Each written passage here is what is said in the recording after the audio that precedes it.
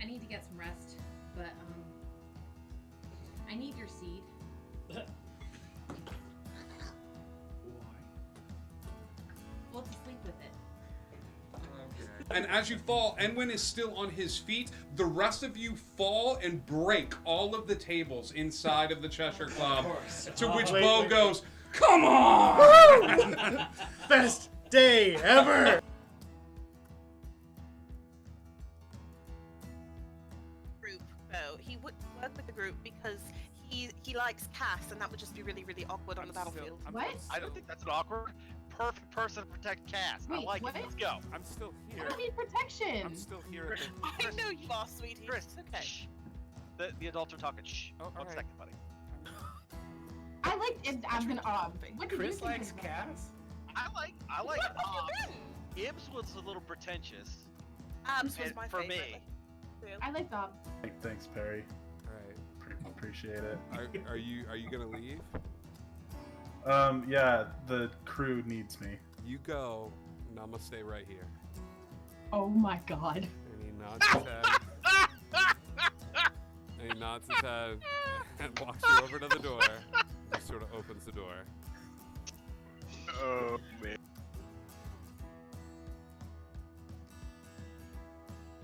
There was mouth stuff poison?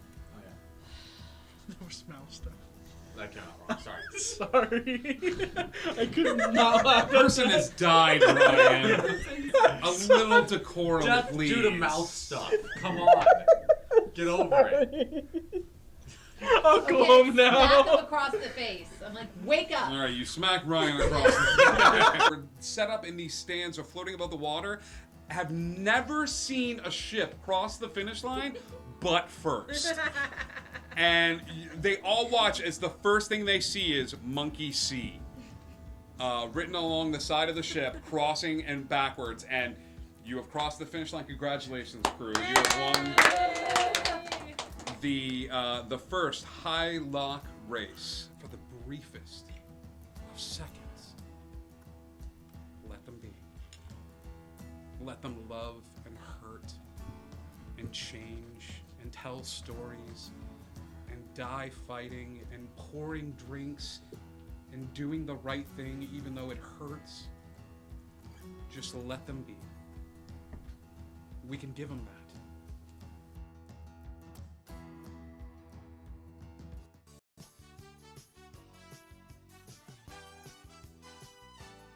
What's going on, Indigo Chameleon audience? It's me, your good buddy Scribe, here to remind you of the fun ways that you can interact here on Indigo Chameleon, even when we're not streaming. One, we've got an amazing Discord. Come and hang out with us. We would love to have you there. You can find some inspiration if you need it. There's memes. There's even like fun ways for you to be like the first one to know when we're looking for players for a remote one-shot or a one-shot located here at Indigo Chameleon Studios. So please come and hang out with us on the Discord. We would love to have you. We also have a merch store. Yeah, it's a chance for you, the dear viewer, to help us represent the brand a little bit. There's t-shirts, there's mugs, there's prints, there's shower curtains. So I hear one day you will be mine, shower curtain. So yeah, thank you so much for all your support. And as always, there's always a spot here at the table for you. You are the 7th player at this spot. You can use stream points by clicking that little karma right at the bottom of your screen, right where the chat is, one of those sides. You can do that and earn stream points. Every time you tune in, you help us raid, you spread the word, donate bits. That, well, I don't know about spreading the word, it'd be hard to track that, but all of those other things will help you earn stream points that you can use to help your players when they need it the most. Thank you all so much for all your support.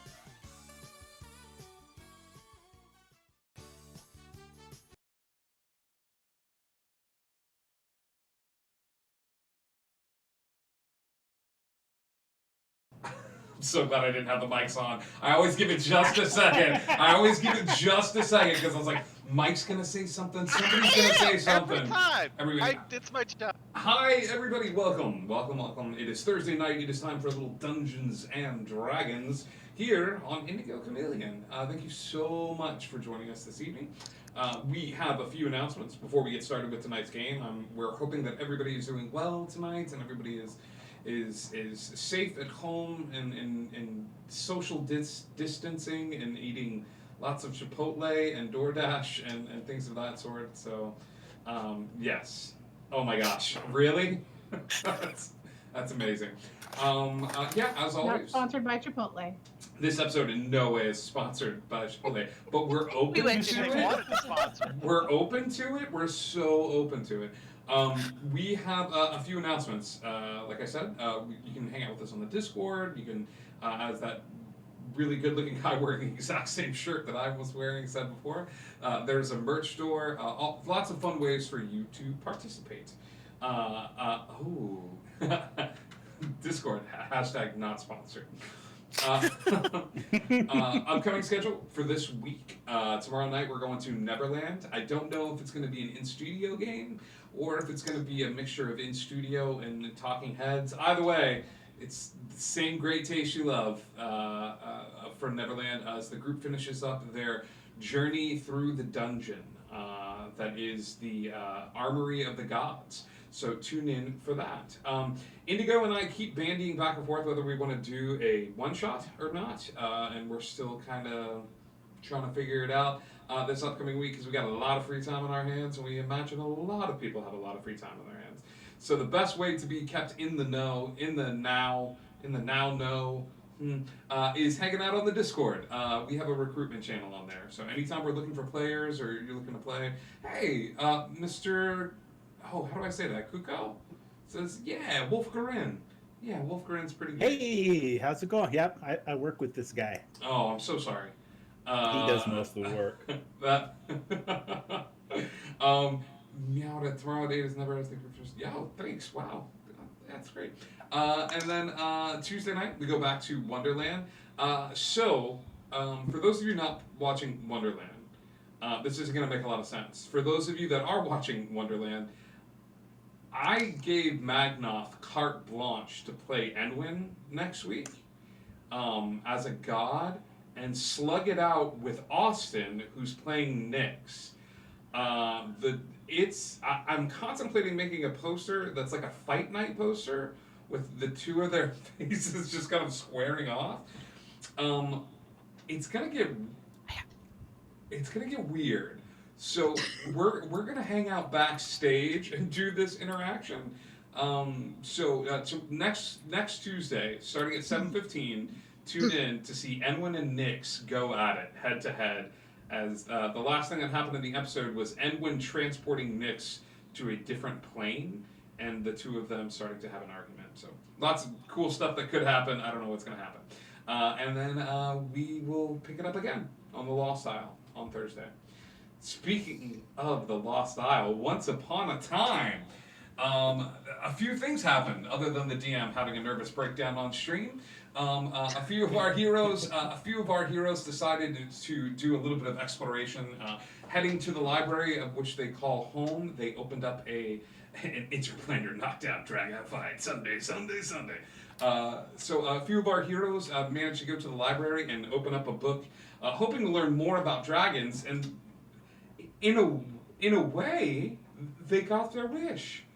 So it kind of worked out. If you think about this, they got their wish. They found a dragon by the name of Puff. Puff the Magic Dragon is very happy to have them in his lair and speaking with them, and so much so that he is rather insistent that they stay. And that's where we left Turk and Texas. William broke away for a little bit, finding solace in his good buddy on the island. And I use the word buddy loosely, as William had a conversation regarding why he's getting so much attention now that he's walking around as a wizard, Harry. You know what I should do, too? I don't think have we done this yet? That still looks like the rogue symbol next to your name. Oh, you probably haven't. I don't think we ever have. So yeah, live. Yeah, that is the rogue symbol. That's not a wizard symbol. You need one of these bad boys. There you go, pal. Yeah, the rest of the group is starting to do some research, investigating certain things that they are passionate about in terms of how to get off the island and other such things. So we're going to cut to the group right now. I actually want to cut to Kiara first. Kiara and Cass, I know that you guys did a little bit of research in your new favorite library of all time.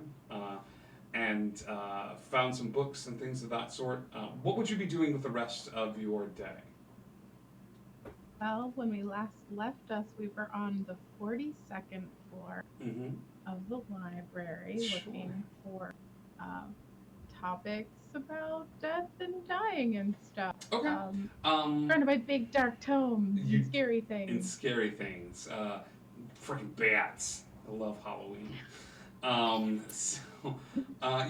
You guys are on the 42nd floor. Cass, Kiara is there with you, correct? Yes. We decided to stick together. How forthcoming are you?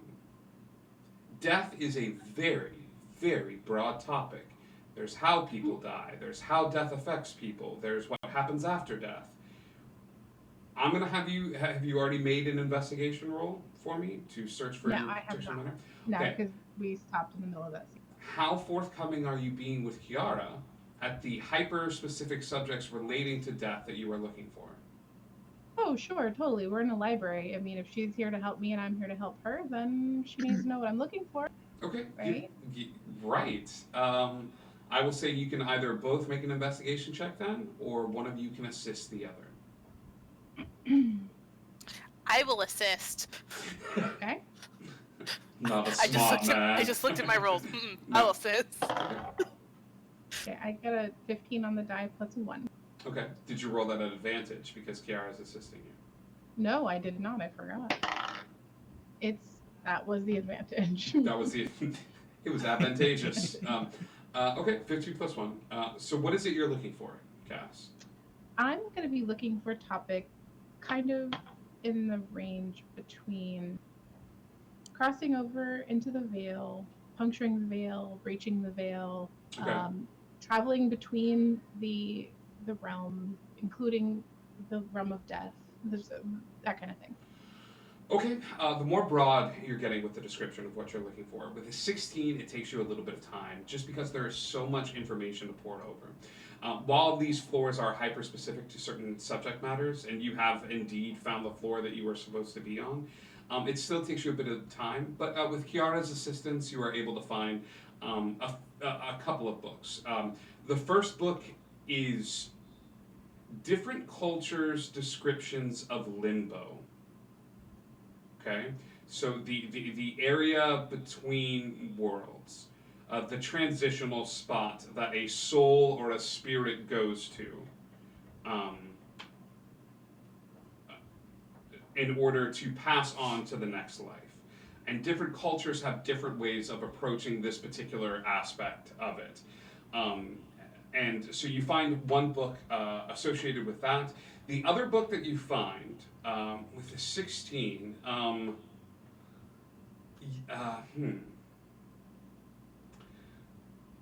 with the 16, the only other book that you find is dealing with somebody attempting to communicate with people that have passed on or haven't quite passed on to the other side. There's no exact science to the spiritual realm. It's the antithesis to a scientific sort of, but it hasn't stopped people from wanting to do that. The book that you find is almost a handwritten.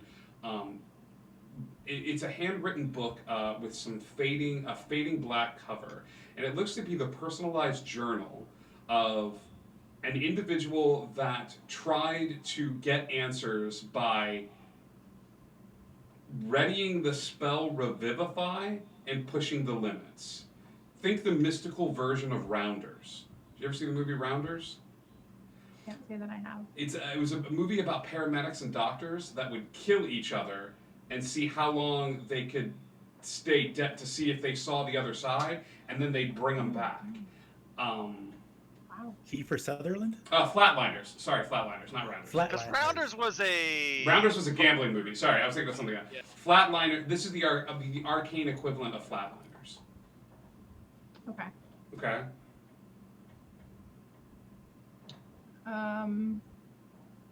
Would there be books on this level that concern themselves with the mythos of the death myth in Greek mythology? Like, what you might have seen on Hercules, if you will. You could find a tiny bit of information in the book that details the transitional places across different religions. But if you're looking for hyper specific information relating to the Greek, you could find that probably in a different section that details transition from birth to life to death to to the afterlife and found therein. Okay, then Cass is going to shoulder the two books. The first, Different Cultures Descriptions of Limbo, and then the journal of the person who was testing the limits of Revivify. And she'll look to Kiara and offer the broom up and say, onto your floor. Ooh, Kiara, you're Mute. muted. You're muted, darling. I'm betting it was super cool. I think I was on floor 7, right? Yeah. That's all it was. I was trying to remember what floor I needed to go to. Yes, you were on 7. 7, yeah. So yeah, I would. Are you coming with me? Yeah. Okay. Hi, Game Master's Fall. What's up? We were going to go down to floor 7 to see if I could find something on belief magic. Sure. Yeah. On floor 7, give me the same thing again. Once again, if you are being completely forthcoming with Cass, then I need a investigation check at advantage or 2 individual investigation checks. What would you prefer? I have a +0, so I will give advantage. Kiara maps out what exactly she is looking for.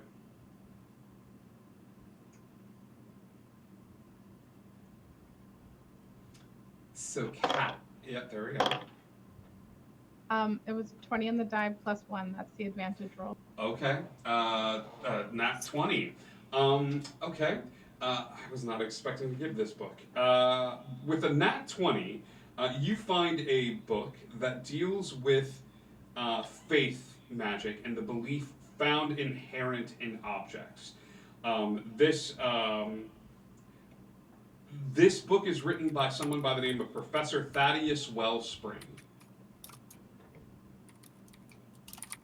The book is called The Devil in the Details.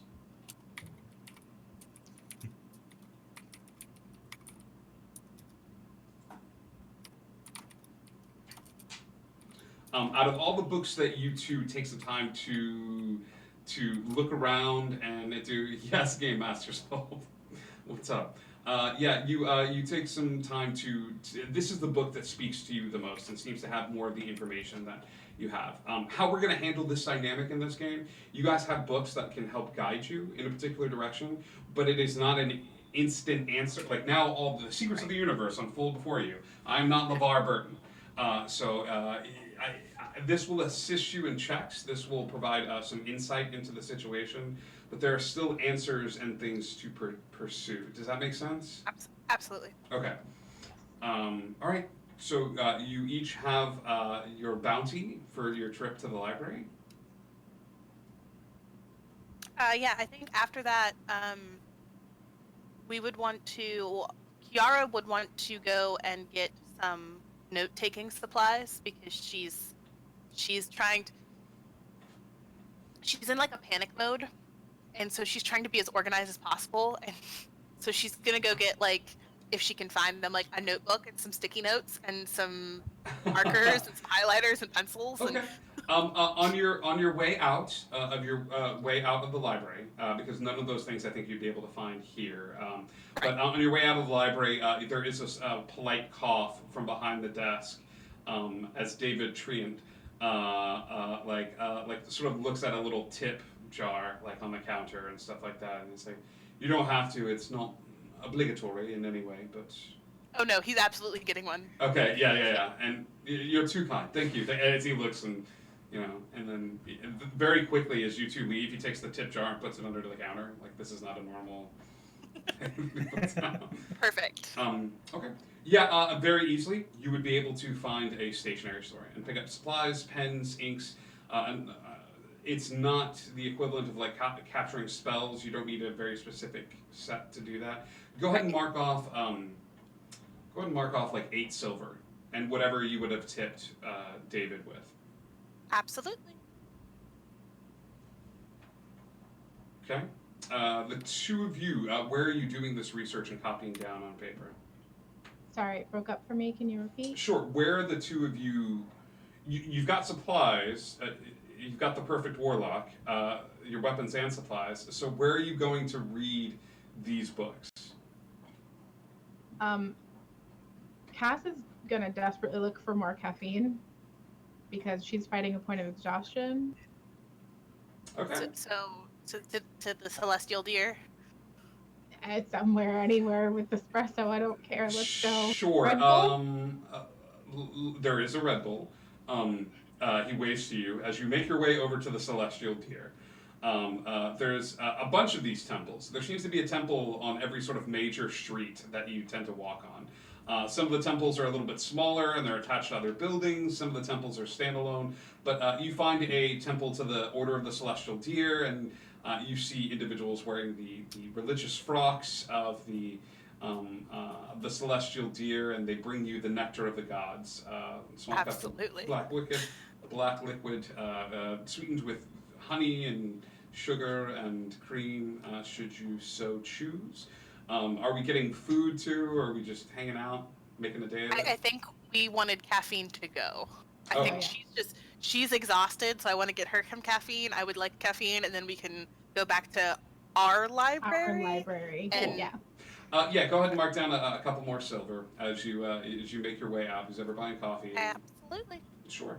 The two of you give me perception checks. Oh boy. 22? 22. If I counted on my fingers. 26. 26. Okay. Kiara, it's you that notice amidst the teeming bustles of the people moving about the city in the Lost Isle, and after your stop at the Order of the Celestial Deer, you are being followed. There is a small goblin-looking creature that's staying far enough back to not sort of draw attention except to your keen, trained eye. You do with that information what you will.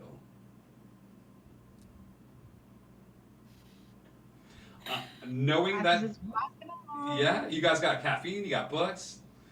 So knowing that, let's cut back to Texas and Turk. Hi guys. Hey. Before you, blocking the only way out, is this large pink sparkly dragon that's insisting that he show you around this mystical realm filled with candy, and he can answer all the questions that you have about dragons. Well, I guess I have a lot of questions, but I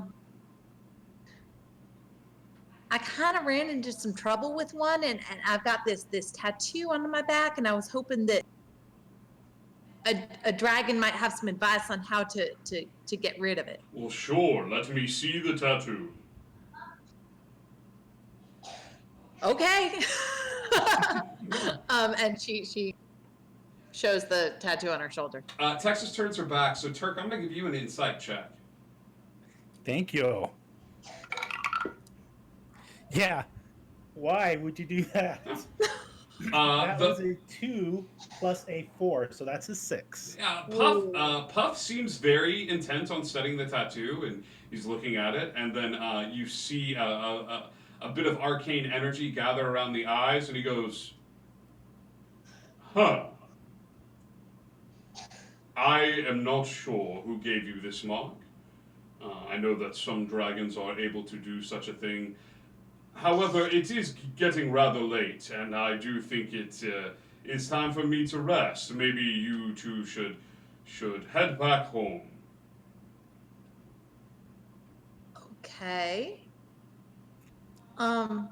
Sure.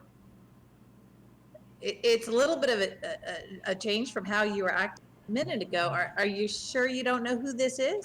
Dragons are fickle creatures, and our moods change as the seasons do change, for we are ancient, old, and very mysterious. What do you know about a dragon named Caliban? I know very little about this Caliban. Can I try another insight check? On our Yes, good either friend of you are welcome to try to Can I insight have check. one now? Yes, you may.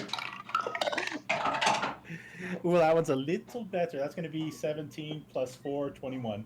Ooh, and I'm 15 plus, what was this No, this was insight. 15 plus 4. It's 19. It's hard to study the facial features of a dragon.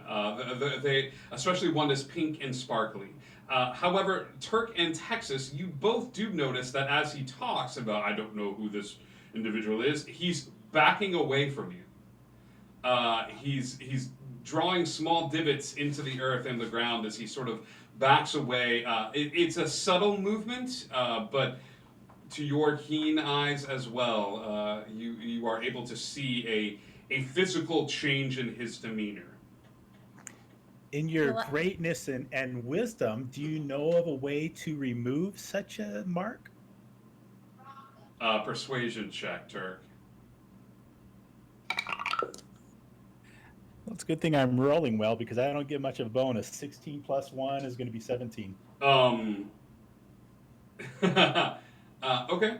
He stops and he kind of like looks around, and you hear a voice inside of your head that speaks at the same time that Puff goes, I believe this mark is infallible. Like you're seeing Puff say this, but in the back of your head you're hearing, oh, come on, man. Just don't blow this up for me. Just I don't know anything about the mark. I think you guys should leave.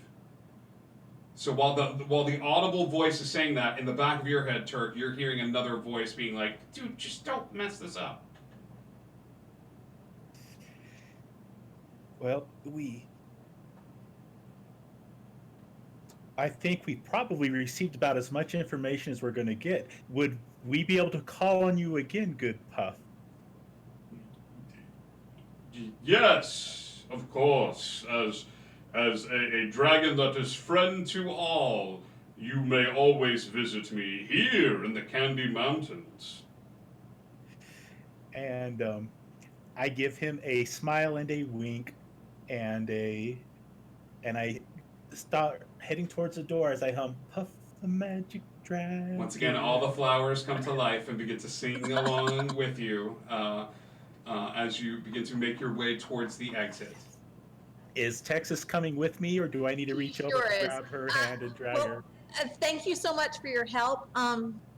We have a friend that would probably love to meet you. We might bring her back if you don't mind. Oh, yes, please. I would love to have her come and stay with me for a time. You just keep thinking on that dragon tattoo, okay? Because if you get No, I think I'm done thinking on it. I've done all I can. We should never mention it again. Okay. Well, thank you for your patience and kindness. I guess I'll go. Are you guilt tripping the dragon? Is there like a pile of Is it candy or working? something on the way toward the door? There I is a just pile need of to candy, but Texas, give me a performance check as you do the like, turn your head. Probably not. Hang on a minute. Performance. I don't know. 17. Yeah, that's after a plus 12. That's after a plus 12. Oh. No. Performance is only a plus 8. Okay, all right. You kind of put your head down and do that weird thing that kids do. They kick like that one rock that's, you do the Charlie Brown walk of shame. Did you call her a weird kid? No, I said the thing that kid. Definitely. I heard it. Totally fair. Yeah.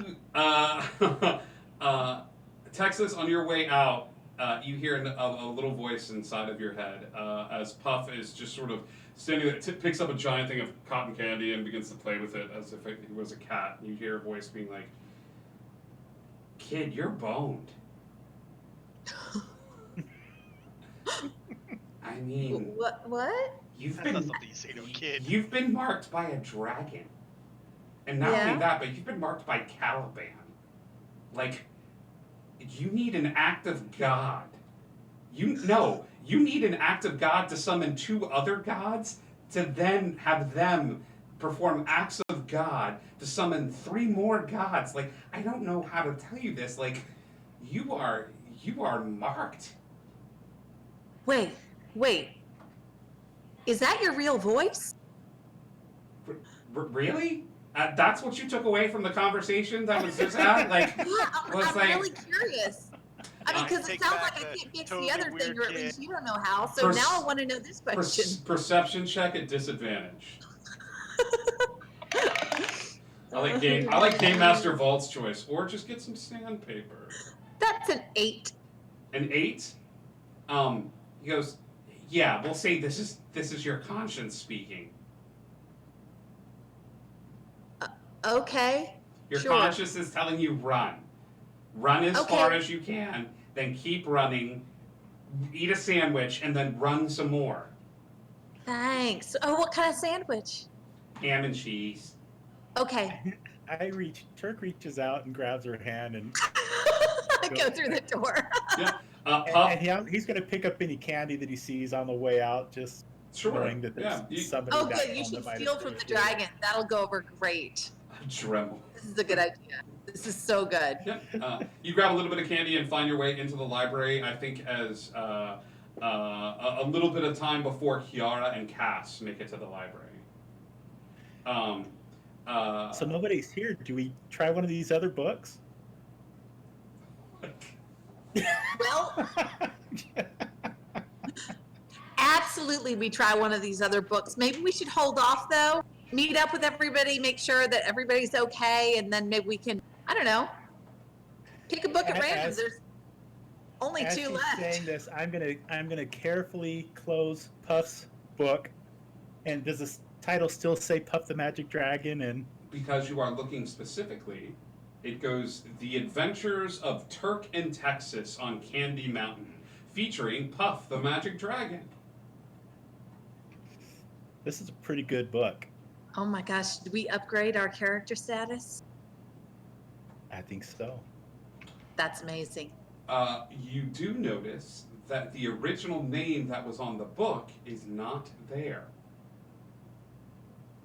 Oh, Yeah, the title's totally changed. List that. That's a Yeah. little present from me to you. all right. Okay. Cool. The two of I you. hope we didn't let him out. No. How could you do that? You say as you look at the candy in your hand. William. William, what are you doing during all this, pal? After hearing that story, I'm just gonna go cry in a corner somewhere. I believe you were looking for the council, correct? Or you were looking for Larathel's parent. You had a couple of things. So here's the thing. After having spoken to Jim, he's kind of taken the wind out of my sails of the whole prophecy thing. Like there's something to it. So I feel like there's nothing there. There Okay. could be, but I don't feel like there is. Cool. So now, because I've been like a super like reformed individual fella, I need to go talk to Laura. Okay. Where do you check for Laura? The library. You come back to the library. I think you see Turk in Texas. Turk is eating some candy, or he's got some cotton candy that he's picking at. I actually brought this for Cass, Oh, okay. just to tell her You the just got it amazing saved. story of Puff the Magic Dragon. Perfect. And You see Turk in Our Texas adventures. kind of kicking it around the library. You do hear some faint music coming from Laura's door, as if she's listening to something. I'll walk up and knock. Not like the cops are here, knock. Just like a hey, open the door, I'm here. You're gonna knock casual. Yeah, it's a casual knocking. casual knocking. Okay. Just a casual. Okay. Super cash knock. Right. You're super cash. You knock on the door, and as you do, Larethel has changed back into her leather armor, and she's got her scrolls kind of strapped to her side, her bright hair tied up in a functional bun. It looks like she's working on something, but as she comes to the door, she sort of like closes it a little bit so that you just see her form outlined in the door. Oh, I. Do you have a minute or so? I possibly have a minute. What is it you'd like to speak to me about? Do you want to sit down? Oh, is it a sit-down minute? I think so. All right. Do you want to come in, or should we go upstairs to the table? Your choice. It doesn't matter. A woman just invited you into her room. Turk, you're not. I didn't want to be in. Oh, Listen. She I didn't want to force anything. She comes out of the room and closes the door, and then heads upstairs to the table. Turk in Texas, you see Arathel coming back in, and William is right behind her, and she sits down at the table, and she actually heads over to the kitchen first and pours a glass of water and just sort of sits down at the table. All right, this is our sitting down talking place. What do you have? I tell her everything. With Turk in Texas in the room? Yeah. Okay. I need to bring her up to speed and change the way I've done things. I'm telling her everything I've done, everything I've seen. Okay, now Turk is eating the candy. It is a William goes on the relationship walkabout where he starts talking about like how we broke up, why we broke up and stuff like that, and gets into the nitty-gritty in the dark place that he went to. William talks about how Arathel tried to pull him out of it several times, but just was never able to pull out of it, and she had to let him go because she felt like they were drowning. And that she was going to drown with him in this deep, dark sadness, and that she tried, and that William pushed her away, and William's owning up to this, and getting into the nitty-gritty of how he felt, and how, does he still have feelings for her, William? Oh, absolutely. Yeah. In his mind, she is the only woman for him, and she is the yented. About 10 or 15 minutes into this, you realize just how intimate and personal this conversation is, and you guys are not socially distancing yourselves. Like, you are in the room where this is happening, like you are all up in it. And William has shot off, like he is away at the races. Okay? Yeah, losing players, losing Crystal, everything. All of it. All the adventures that we've been on, everything. Like, I even go over the eye again. Everything. Okay. While that is happening, let's cut back to Kiara and Cass, because they'll probably come in at the tail end of this conversation. Having stopped for coffee, having stopped at the library, having taken a bit of time. Kiara and Cass, are you just going to make your way to the library as normal? Yes. I'm going to attempt to keep my eye on our small friend. Okay. You do. They are being very sneaky, very stealthy. Their small stature allows them to sort of dart back and forth from corner to corner and into alleyways and things of that sort. But once you have spotted them, it becomes a little easier to find. I need you, Kiara, to give me a stealth check, because now they just need to see if they've been made, if that makes sense.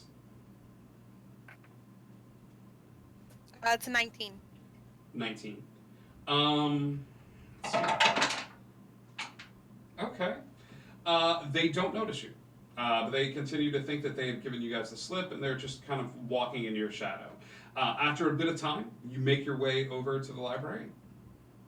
You hear conversation coming from inside. I'm going to open the door and hear part of this conversation. I'm going to push Cass in, and I'm going to turn around. Okay. And so, Cass, as the door opens, you're sort of engrossed with your book and your coffee. The last words you hear are, William saying, and I think that's why we should get back together.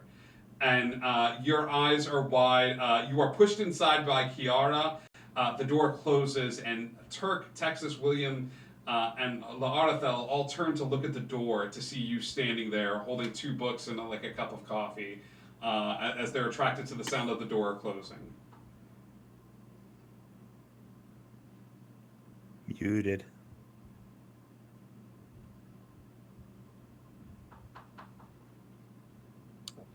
I have too Sorry, many was mics. that me? No, that was No, Cass. it was me.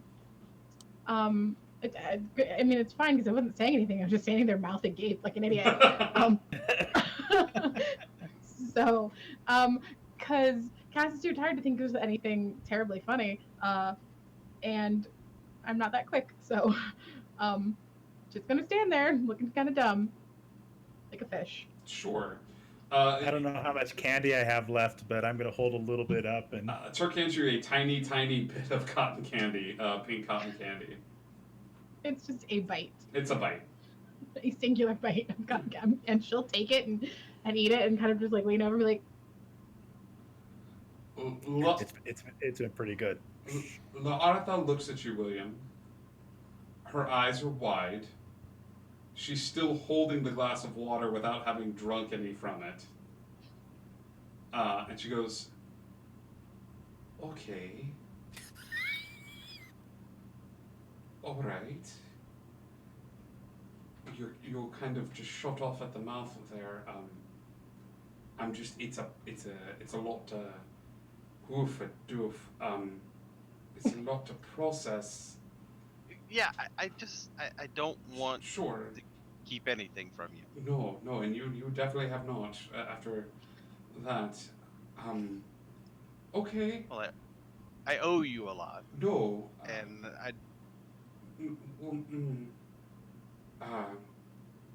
I just need a minute or so. I'm gonna take a while. I'm just going to process all of the stuff you were saying, and then not that I think you should go anywhere. I mean, I'm glad you're here as well. I just there's a lot of people in the room, and I maybe next time like a nice dinner. When I invite you no into audience. the room, you come with me through the. I've wasted so much time. I can't. No, I understand. Who? All right. I'm gonna go have a beer, and I'll be a pint. I'll be right back. Okay. Hey, as you're thinking about this other stuff, Texas and I may have changed the title of a book, kind of, but it's really That gets her something really attention. cool. This awkward sort of like, oh, I don't. She immediately turns to you and she goes, I'm begging your pardon. Turk, you changed one of the titles of the book. Well, it was Texas's idea, Texas's idea. and She looks over at Texas and she's like, are you all right after being thrown under a bus right in front of me? I missed a little piece of that. Are you all right after what? You were thrown under a bus in front of me. Well, yes. no, it was more of a dragon. All right. But- I'm gonna minor illusion a little bus over Turk's head. Yeah. I'm sorry, a dragon? A pink dragon? That gets Cass's attention. She looks You down. would love this dragon, Cass. I mean, it was off I believe his Candy name Mountain. was Puff. He had a whole song that went with him. I'd never The before. magic She goes dragon. over to where the book is and picks up the title and she goes, are you freaking kidding me?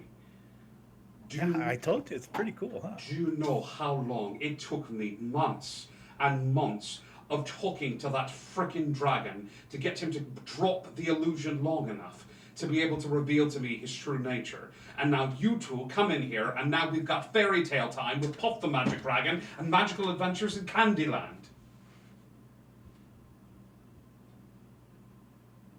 Turk, Yeah. Is that a problem? you talked with a fairy dragon. The wheels on the bus go round and round. enough. What's wrong with the fairy dragon? A fairy dragon is trickery and deals, and they feed off of imagination, and they feed off of songs sung about them. They want their name spread far and wide, and this little bugger found a way to spread his name quite far and wide. Yeah, my Nana used to read me stories about Did him. you sing the song? Yeah. Yeah. I mean, I didn't know it before, but like I was hearing it in the air. It was all over the place. And How many times did you sing the song? Well, 3 or 4. yeah, I lost track. I do a lot of singing. She opens the book. She immediately opens the book, and as she does, she draws a dagger from her side, and she's gone. The book falls to the ground. Hey, come on, Cass. You got to see this. This is great. I'm going to the book. William, do you pick up the book? If Cass isn't responding, he's going to grab her hand and drag her. You got to see the place. It's Candy Mountain everywhere. It's awesome. No, I can't. There's something else. I want to see it, but I don't want to get stuck there. I can't get tracked or distracted. Girl, you need some distraction right now. Are you okay? She's gonna chug the rest of her coffee. There's a reason people probably don't chug like warm coffee. But it's your emphasis comes across. It's just it's a little warm. The coffee, not the emphasis. Gotcha. Okay. Okay. Well, maybe she won't chug it. Great. So, all of it, because it's kind of Or it's that scene where you start to chug it and hot. hot. Oh my god, it burns. All right. William jumps in the book. Turk is trying to get Cass to go in the book with him. Texas, what are you doing? Wait, William jumped in the book? La'arthel went to talk to Puff. William's Right. If William jumped in the book, then I'm going to jump in after him. You are always welcome to do that. Texas is following William. And Hey, Cass, just for a second. Is Cass suddenly concerned that she got pushed inside the building by Kiara, and Kiara hasn't shown up? Kiara has not shown up. Kiara's with you? She was until she shoved me inside the building and slammed the door, leaving herself outside. I'll go look for Kiara. You go check out the book. It's something you got to see. I think it might ease your mind a little bit on stuff going on. Maybe it won't. It can't hurt. I'll go see if I can find Kiara. She seemed really mad. I don't. Okay. Well, I can't. You can do it, girl. Kiara, let's cut to you right after you push Cass inside. Okay? Okay. You push Cass inside and you close the door. Are you just standing outside? I am. No, actually. I am going to wild shape. Okay. I am going to. I'm level 8, so I can turn into things that can fly. So I am going to turn myself into.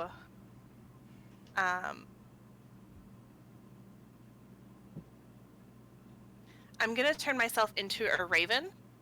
Okay. And I'm going to attempt to find our little goblin friend from the sky. Okay. Give me a perception check. Give me it at advantage since you are literally giving me a bird's eye view of your surroundings. Stay on the table. +7. 22. 22.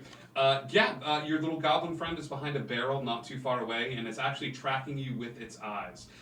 As it looks like it was following you and sort of tracking you with its eyes, but it's still behind this small barrel, just sort of following you as you make your leisurely flight through the air. I'm going to try to land on a rooftop nearest him and just kind of look down at him. Okay. And, like, tilt my head. The goblin looks at you, and then it just kind of slumps its shoulders as it realizes it doesn't know when, but you spotted it, and he goes, Can you talk while you're a bird? I don't think I can. Wait. I don't know. Can I use my funky fey ability now?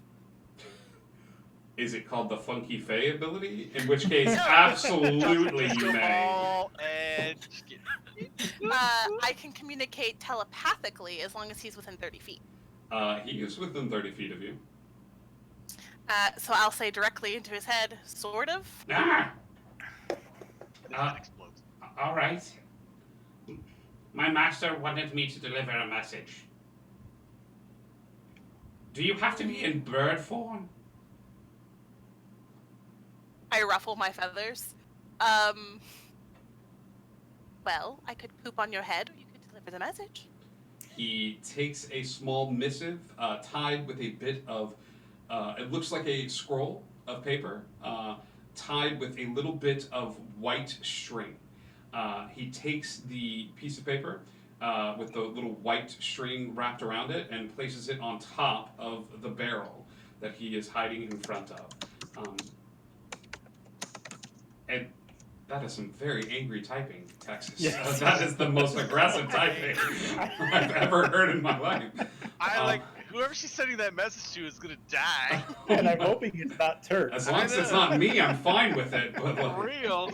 I don't want to quit life after hearing that. the messenger drops the little parchment of paper, and as it looks up at you, it does this deep bow and makes its way. Who's your master? Turns around and looks over at the piece of paper. Thank you. If they ask, please tell them that I put this on your person without you noticing. That I can do. He gives you another sort of deep bow and then turns around and hurriedly makes his way back into the street. Alright, I will land down by the scroll and just kind of make sure he's not around, and I will pick it up in my beak and I will fly back towards the library. Okay, cool. At Turk and Cass, as you're finishing up your conversation of like, oh, we've noticed that Kiara isn't here. Who is going out to get her? I'm heading towards the door. Yeah, Cass, as you open the door, a black bird flies in, The scroll on it. scroll in its mouth, carrying a coconut, you know? I'm That's just gonna be a like, lovely oh, bunch hey, buddy. Yeah. Hey, buddy. Did you come in the wrong house? Hello, Cass. Hey, buddy. You came in the right house, buddy. It's been a day. Why are you a bird?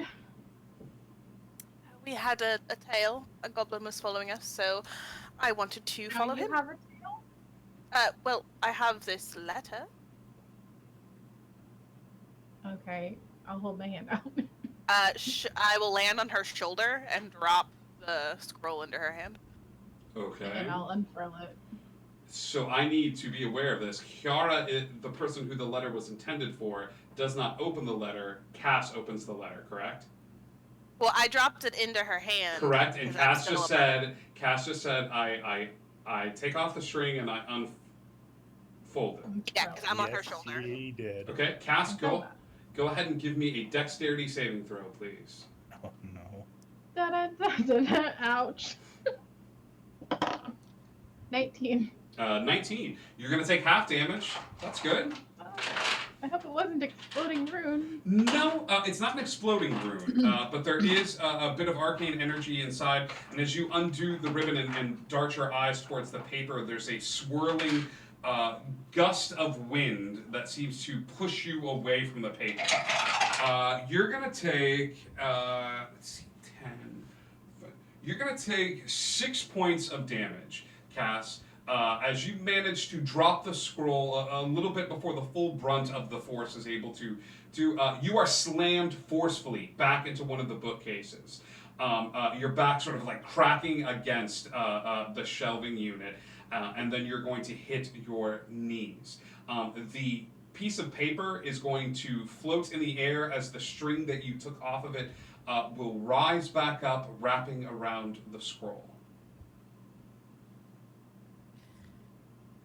Seeing as how I was on her shoulder, Give I'm going me a to. dexterity saving throw at disadvantage.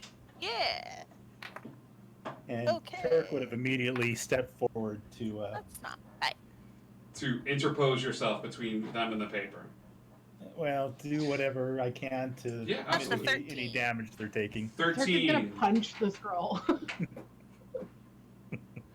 So you're going to take 13 points of damage, Kiara. Oh.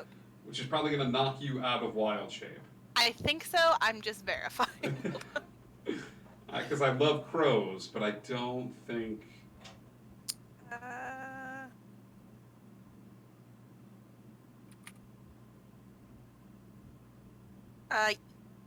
Yes. I had 1 hit point. So yes.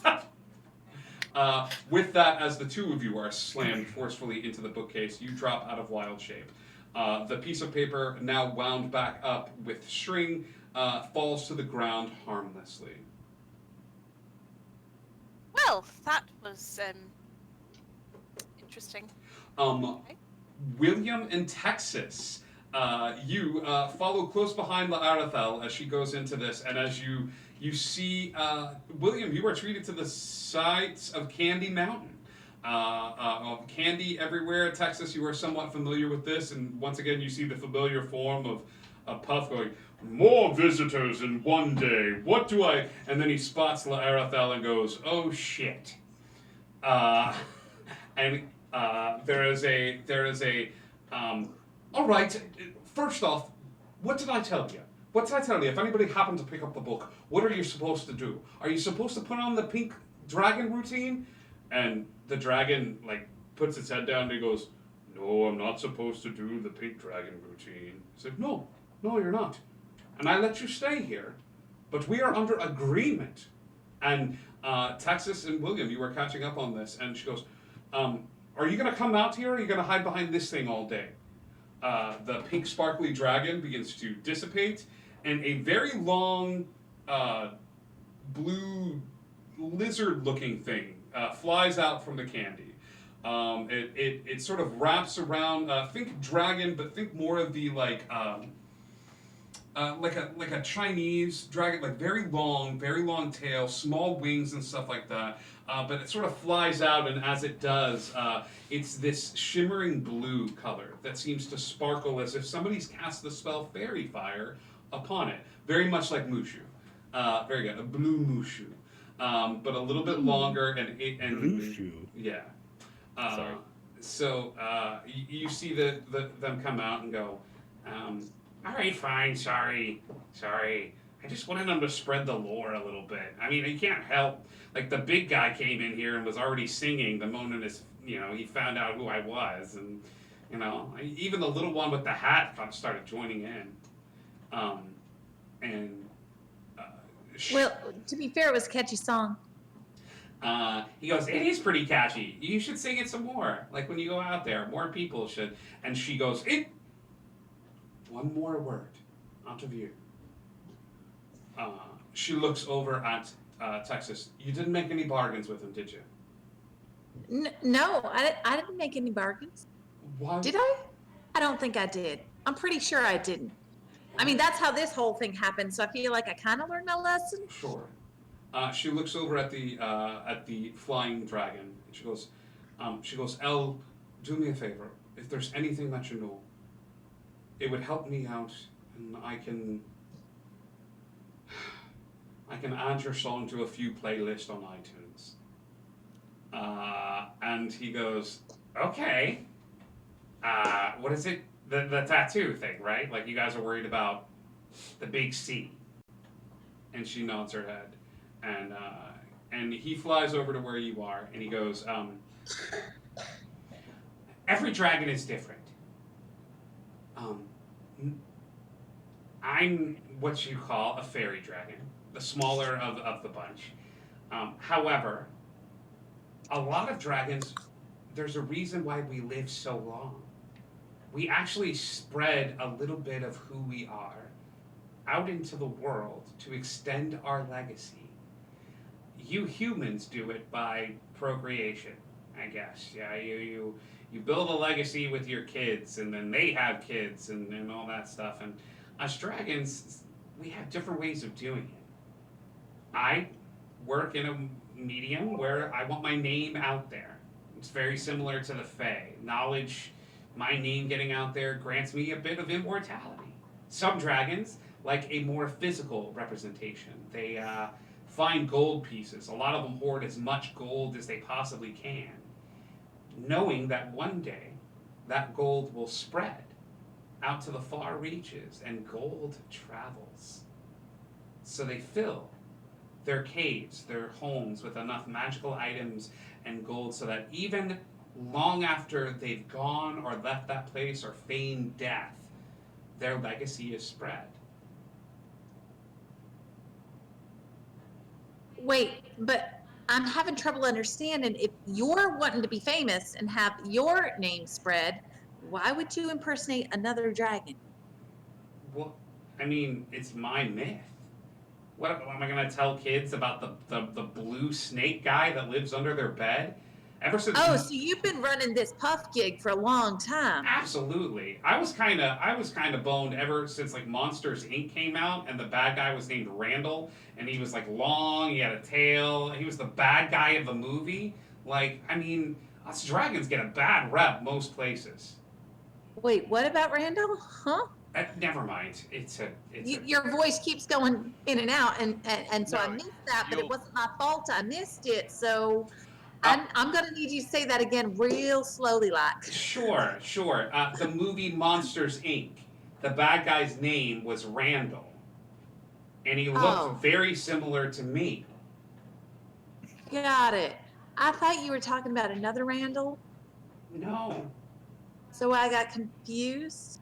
Oh, okay. Right. Okay. So you just want the name Puff the Magic Dragon out there as much as possible along with your song, so Sure. you can be as famous as possible and be immortal. Right. Nice. Okay. And I want this thing gone. It's not gonna happen. And you like to make deals. Wait. No. No. No. Larathel No. just crosses her arms. Lar, do not leave me hanging on this. No. Larathel is like, well, I'm going to be completely honest here. I think this is the worst idea in the world. Yes. But it's Texas's right here. No. Why would you say that?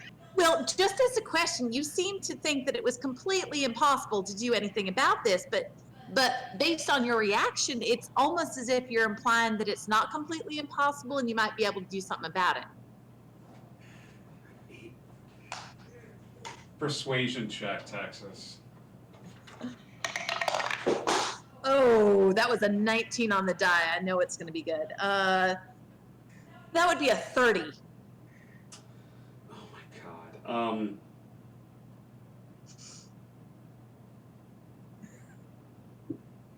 Okay. Okay. Here's that face. I have to clip this. I have to clip it right now. Okay. He goes, all right. There's a reason why he can track you. The reason why he can track you is you are technically a part of him. Remember how I said dragons like to spread their power out a little bit? Yeah. He put a part of himself on you. The tattoo isn't a pretty picture, it's a part of his legacy. It's his legend. It's you always can track a piece of yourself. So you need a safe way to get that part of him into something else. You need a dragon egg. A dragon egg? You need a dragon egg. And you have one laying around? No, I do not. However, Texas, if you bring me a dragon egg, I will remove that tattoo for you. Wait. Whose egg? Doesn't matter. You need that essence put into the egg, and I just want what's ever inside. Well, what's inside? Part of the big C. So, is there something where I can't say his name? If I say his name, it's going to activate something? Why are we not saying his name? You can say his name. Go ahead. And he takes a step back. Why can't you say his name? I can. You could say his name. Yeah, if I wanted to. So you're saying you don't want to? No, because I'm not going to tempt fate. I'm not an idiot. How are you tempting fate, idiot? Because that name, that dragon, is one of the most powerful that ever existed. He was freaking king of the fairy courts. So he'll hear you here. Is that what you're saying? Hmm? He's not the king of the fairy courts anymore, but he'll hear you if you say his name? It's possible. I don't know. Do you know everything about humans? Everything that a human has ever done? I understand what you're saying, but you seem to know a little bit more than what you're expressing. So, I am a dragon, but even I don't run in the same weight class that this guy does. You're so expecting... what's the importance of the egg? The egg, it will be a receptacle for whatever bit of power that dragon put on her in order to So track if her. let's say you were to take that power from inside it, what would happen? Oh, you know what? Probably good stuff for me. What happens if somebody else took it? Depending on if they did it the right way, their body and head could explode, or they would have a bit of dragon power inside of them. Seems a bit dangerous. Absolutely. Take that on? Great risk, great reward. So how hard is it to get an egg? That's not my concern. I don't give a. Go find a dragon. How are they just laying around? There are lots of them. Can Listen, anybody have we one? we got 2 more books with dragons in them. One of them's bound to have an egg. You asked me for a solution to your problem. This is the solution to your problem. She wants to make a deal. Here is the deal. I am very content tooling around in this magical demi-plane away from anybody that would want to hunt me down so that this lady, and he points over at Larethel, can gather as much information about fairy dragons as she wants. That's the deal. She wanted a deal, I proposed one. See? People make deals with dragons and they work out. Absolutely.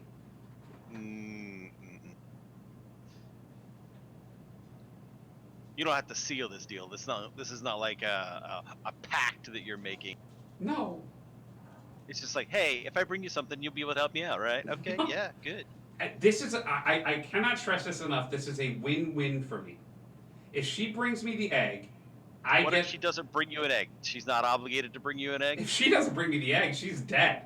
She mean, like, I don't mean any offense by this, and the dragon sort of like floats away a little bit. I was like, you mean nothing to me.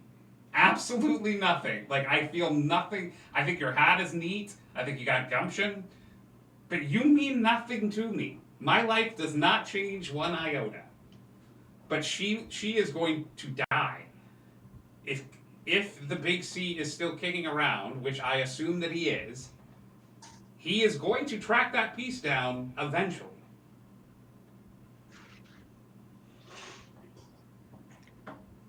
Well, it sounds like we need an egg. You need an Or I egg. do. There you go. I mean, I could just get one. Okay. Or We got think- this. I think we've done enough damage here. We could leave. find a different solution. I'm just giving you the one that you asked for one, I gave you one. Hey, how attached are you to your candy? Because this one over here, she really loves candy, and I bet this stuff's really unique. You know it's all part of the act. He kind of puts a grin on, and he looks over at Larethel, and Larethel goes, "No, the landscape is part of it. The cotton candy, he's been in here a long time." And he just kind of smiles, and he goes, She goes, it's poop.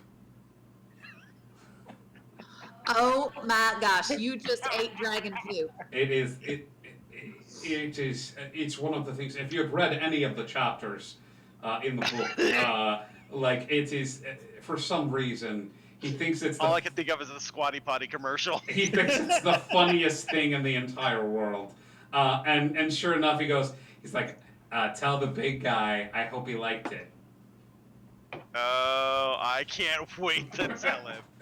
Thank you. Gift received. Larathel's like, you're not going to die. He's not going to die or anything. It's not poison. I mean, it actually tastes like cotton candy, but it's not. It's not cotton Even candy. better.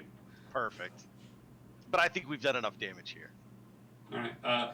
You see him just sort of like lazily like laying back in the air, like moving his hands, just sort of backwards, like paddling through the air in his dragon form.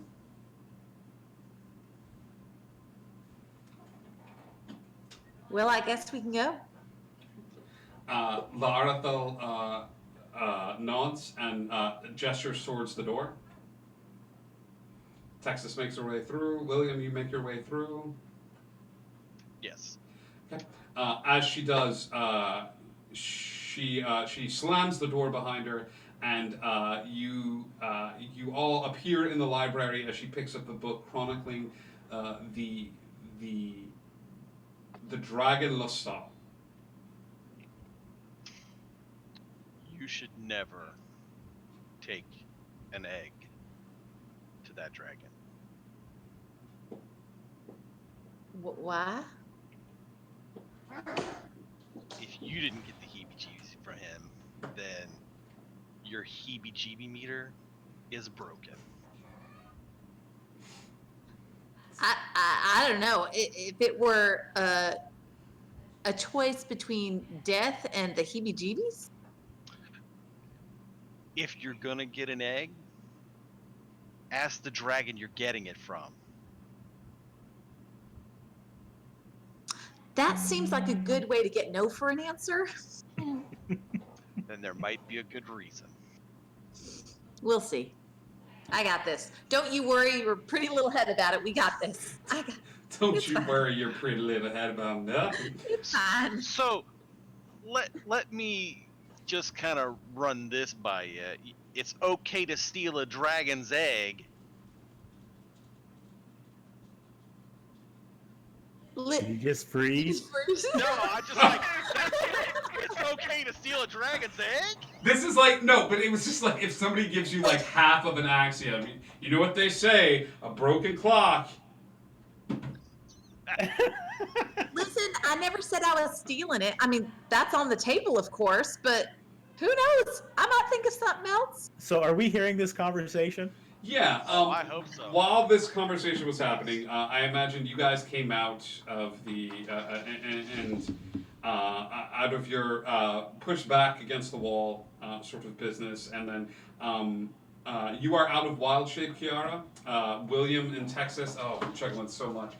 William in Texas and Laarathel are still in the book for the time being, and you are next to the bookshelf. Did we get thrown back to the same bookshelf? Yeah. Yeah, absolutely. All right. I'm gonna help you up. Turk's actually going to cast Healing Spirit Okay. and bring in a spirit wolf there that's kind of just sniffing around and You do a bit of healing while we're there. You see Turk's aesthetic as this healing spirit comes into the room, and it is shaped as a wolf. Sorry about that. Not sure what that was. I think I should apologize. I think I broke it. I don't. Well, maybe it wasn't for you. Why did you have something to explode us? Okay, so when we were walking back from the library and we stopped and got supplies and then we went to get coffee, on the way back, I noticed someone following us. So I kept my eye on him as we got back and pushed you in so I could go confront him and said he had a message for me. Well, for us. I thought it said for us, but it could be for me. Okay, well, if someone gave you something that explodes you, maybe not a friend. True. This While is they're valid. talking, Turk is going to go walk over and pick up the scroll. Okay. Careful not to open it, but he is going to be sniffing at it a little bit, see if he can just... Give me an investigation check. He doesn't know why. We see this, right? That Turk is smelling it, or Wolf is smelling it? I thought he said Turk was smelling Turk is smelling it. Give me an investigation. Yeah, you see this. That's going to be an 18. 15 plus 3. Okay. It smells like paper. There's another scent attached to it that's odd. It's lighter fluid. It's or something akin to, it's a flammable liquid. There's an expedient there, or accelerant. An accelerant on the paper. Yeah, I don't know who gave this to you, but it was made to explode. Is there any writing or anything on it? In the Wait. I'm not opening it. Are you not opening it?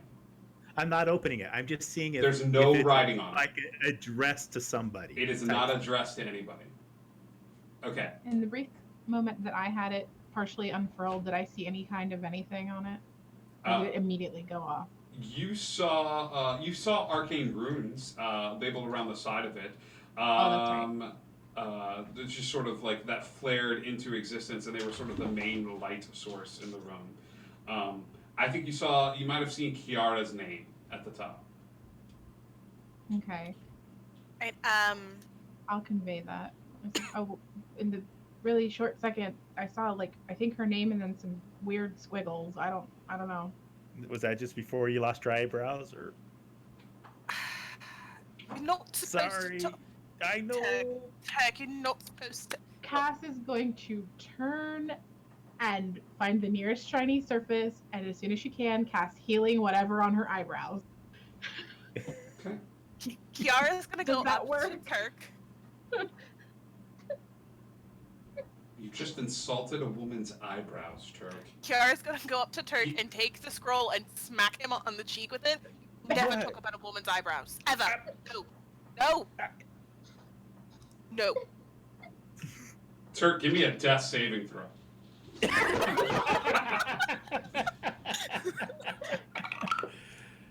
Oh, that's a 1.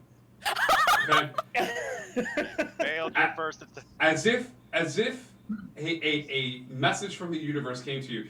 You see any hopes of a romantic connection with Kiara and Cass dim just ever so slightly with the mention of Cass's eyebrows. And it's not just one of them, it's the two of them. You see a coldness enter the room as your romantic prospects fail 2 death saves with the two of them. While it's in my hand, I'm gonna cast Detect Magic. Okay. There is evocation magic associated with this. There is also illusion magic coming off of this scroll.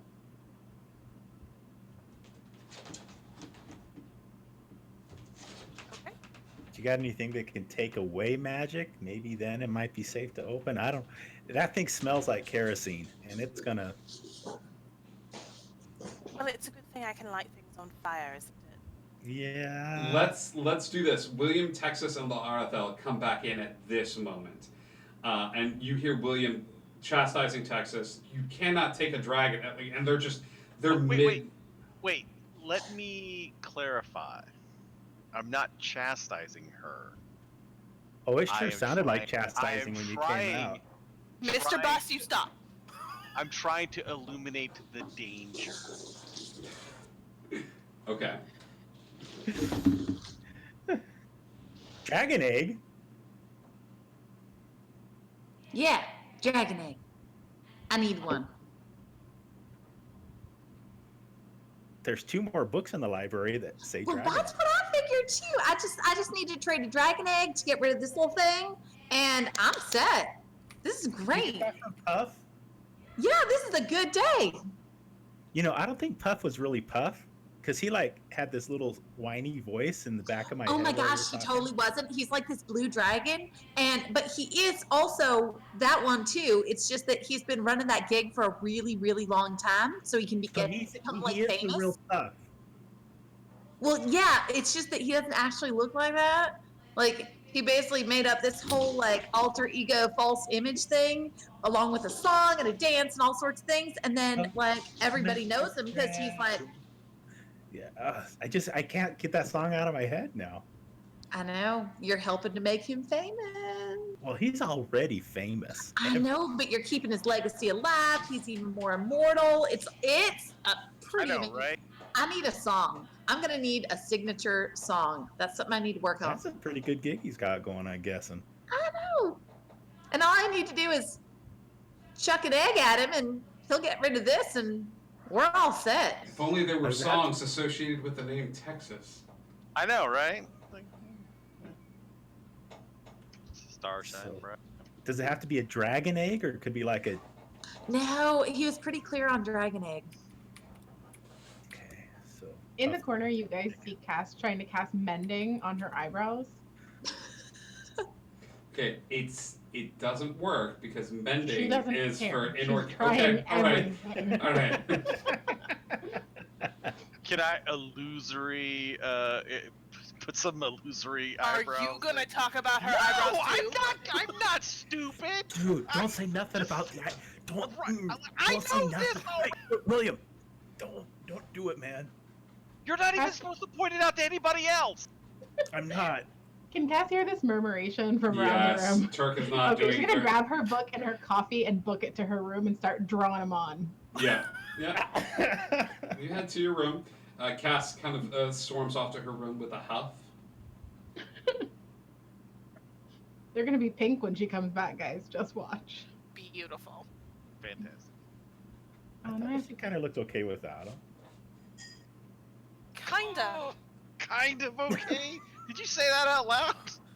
I heard that. Cass did not. You are okay for this. We are in a library. I suggest you find yourself a book on how to talk to women. While this is happening, Arabella slowly creeps her way towards the door and just exits amidst this conversation and sort of closes it. So, while you were off gallivanting in a book, Hi, King Bashman. Good luck. I had someone following me, delivered this. About to open it. Cass trying to open it, and it didn't go so well. It blew up in her face and blew her unmentionables off. Unmentionable. You can't say that. You know what? Stop talking. Stop talking. So, What happened? What is going on? Right. It's all... I'm gonna open this now. And I'm going to take. Do you have like dispel I'm gonna- magic or something, or? I do not. I'm gonna take a step back. I'm going to take the ribbon off, and I'm going to open it. Okay. You take the ribbon off, taking a step back from the group, and as you open it, there is another brief flash of arcane light that Turk preps for, and almost instinctively like sends his healing wolf over a little closer. It's like, come on, pal. But as you open up this scroll, floating above it in a miniature scale is the faint blue outline of a cloaked figure wearing a white cloak. They turn around. They're like looking at something, and they turn around and make this movement from right here to like right here. And Help me, Obi-Wan. you see this person take the hood off, and she's got these buns in her hair, brown hair, and she goes, General Kiara, I reach out to you in a time of great need. I am told that you need an exit off of the island and safe passage, and me and my associates can provide that for you. If you would like, bring you and any interested party members to this location and these coordinates, where a conversation will be had. We're here to help you, Obi-Wan Kenobi. We're your only hope. And the little figure turns around and looks like they're shutting something off, and then it fades. And then as you hold open the scroll a little bit longer, there is the message repeats. Heard you're looking for a way off the island. We can offer that to you. We can help you, Obi-Wan Kenobi. We're your only hope. Bring it back. On the scroll itself are written latitude and longitude. So how cute was this? Wow. It was Carrie. Sorry, I couldn't stop my face. It was Me neither, honestly. it was Carrie Fisher. I mean, like, great eyebrows, like just great. Great. Like, That's what I was super- wanting to know. I'm gonna take 2 steps back from Turk. I'm gonna be in the blast radius. Cass isn't even in the room. Yeah, Cass Yeah, is but in Kiara there. is. I'm a little It's not like firecracker it's not right like now. I said this out loud. I was just trying to. Oh, gotcha. Some like It's out like, of hey, character. Kiara, how sexy is that woman in the note you got there? No, I'm just asking. Just so you better visualize it. Yes, I got you. just No, tried to no, get my head. I Now that I know support you. it's I very support you. it's Carrie Fisherish or Fairy Kisherish. I'm not sure. Which It's one, fairly but- kisherish. Fairly. And I think Cass we is coming should. I think we should follow up on this note, Kiara. back. Bet you do. How's the cotton candy? It's actually really good. I don't want any. Thanks for offering. It's gone. We ate it all. Who's we? Me and Cass. Oh. Should have used it as eyebrows. Look better than what I got. Noise. It's dragon poop. Heroes. That was dragon poop. That's dragon poop. That's amazing. It tasted like blue raspberry. Right? It's been there for a long time, apparently. That's all right. You know, It's I weird. drink cow sweat too, man. Cow sweat? Stop talking. Yeah, it's called milk. Things are made but from animal process all the time. Cow sweat. Okay. You're Yeah. not allowed to talk to anybody ever again. When was the last time somebody followed a chicken and said, "I'm eating the next thing that comes out of that thing's butt"? Right? Right? No, I get you. I understand. I'm I out. understand what you're saying. I'm out. Well, You folks, guys. we've had a lot of fun here tonight. There had to be a first. There had to be one guy There had to be who that one says, guy. I'm gonna take my scroll and I'm going to contemplate murder and I'm going to go to my room. Take your scroll, you contemplate murder.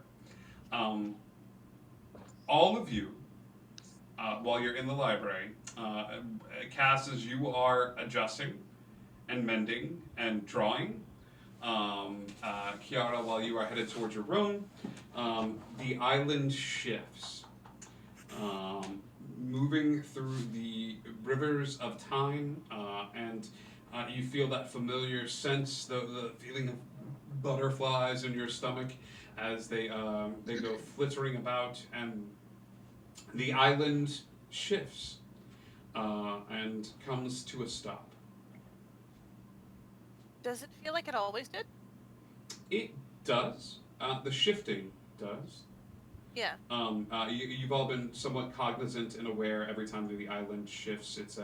It's one of the first things you were warned about when you come onto the island. Like, hold on, it's a little hard to get used to. With every jump through time, you become a little bit more accustomed to it. But learning to brace yourselves. It's living in a place with earthquakes occasionally. Like it becomes a facet of everyday life. What about the butterflies? Is that commonplace? The butterflies is, that it's that feeling of being suddenly displaced at high speed from one place to the other. Okay, and as this is happening, there is a physical motion, right? So we're all kind of jostled around. Yes. Do I need to offer you some kind of dexterity roll for drawing on my eyebrows during what is the equivalent of an earthquake? You did this to yourself. You I do. did this to yourself. I You- do. Sleight of hand? Yes. I think Whatever this happened, is sleight you of did- hand at disadvantage. Shoot. You asked for Oh, it, no. you got He's it. got a total unibrow. It's a nat 1. Yep. So I'm gonna roll the other one oh my god, with a nat 1, with a +3. you are grabbing for your makeup. You're using what, like eyeliner or something along those lines to draw, like. Sure. Yeah. And you're not really. You're so fuming and angry that you're drawing on your face and you're like, this feels weird. This doesn't feel like my. And then the island shifts and then it just goes across. And that's when you look down at the black permanent marker in your hand. Check Discord. I'm so mad. As you look down at the black permanent marker in your hand, and then look up at the mirror. Oh wait, hang on. I don't think I can look at Discord right now without messing up our overlay. But yeah. So the good news is that look of surprise that you have on your face is augmented by the look of surprise like line across your face too. Like, so you kind of have this permanent look of surprise as you've got one long sort of line across your forehead. Okay. What is everyone else doing with your time? Sobbing. There's small sobs coming from the room. Oh, Turk's going to be concerned. He's going to go, if he hears these small sobs, he's going to go knock on the door. Okay. Damn it. Go away. Are you okay, Cass? Can I Nope. grab a No. beer or something for Just you? no. What? I heard draw a beard on for you. Where did we go wrong this session? Where did it happen? So much worse. You guys is just gonna like do that weepy voice. Just leave me alone. Like physically lock the door, even though he can't even come in without permission. Okay, the island shifted. We probably need to talk to Side Guy, but you take your time and The other side of the door, there's music and it turns up. It's like Avril Lavigne. Yeah, I think this day just gets away from everyone. Between talking to the dragons and things of that sort, I will say this: while you're listening to your music, and while all of you are in the library, there is an odd sound that happens outside, where it sounds like, has anybody here, player-wise, heard a transformer blow? Like during a storm or something like that, that feeling of like, it feels like a shift in pressure, and you actually like see it before you hear it, the transformer blow. That's what happens. As all of the power on the island, any electric lights and things of that sort, and magical lights, all of a sudden shut off. It's early evening, so the faint bits of sunlight are still outside as we're kind of getting close to the golden hour. But now, do we have windows in this library from the outside? you do. So you are able to see those of you that can cast. It's a little hard for you unless you have dark vision. As soon as I heard the explosion, I'm gonna run outside looking for Laura. Obviously. Yeah. As you run outside, you see a bunch of people coming out of shops and homes and things of that sort, reacting to the same odd sound that you all heard. You guys are probably one of a few groups on the island that can recognize and pinpoint. Texas is probably confused beyond all belief as to the sound of what that was. But the electricity is just gone. Give me a perception check, William.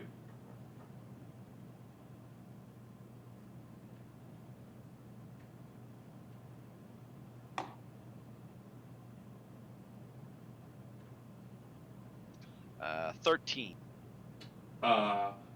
You scan the crowd. It takes you a little bit. You're kind of walking around. You got an eye out for Laura Thel, and you see her and Jim off a little ways, and they're having an intense conversation. It's outside of the bar where you met Jim. It's where he tends to hang out, and you see the two of them, and she's sort of gesturing about wildly, and he looks angry.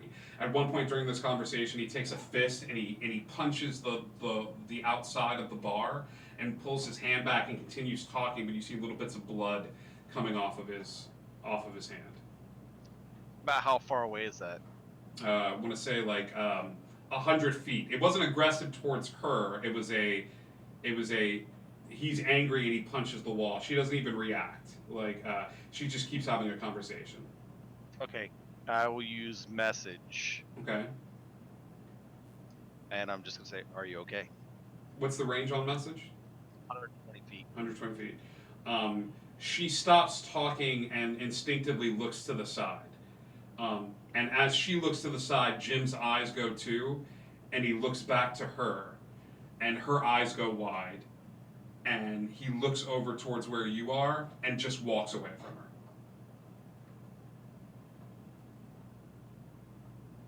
Awkward. She puts her head down and responds to your message.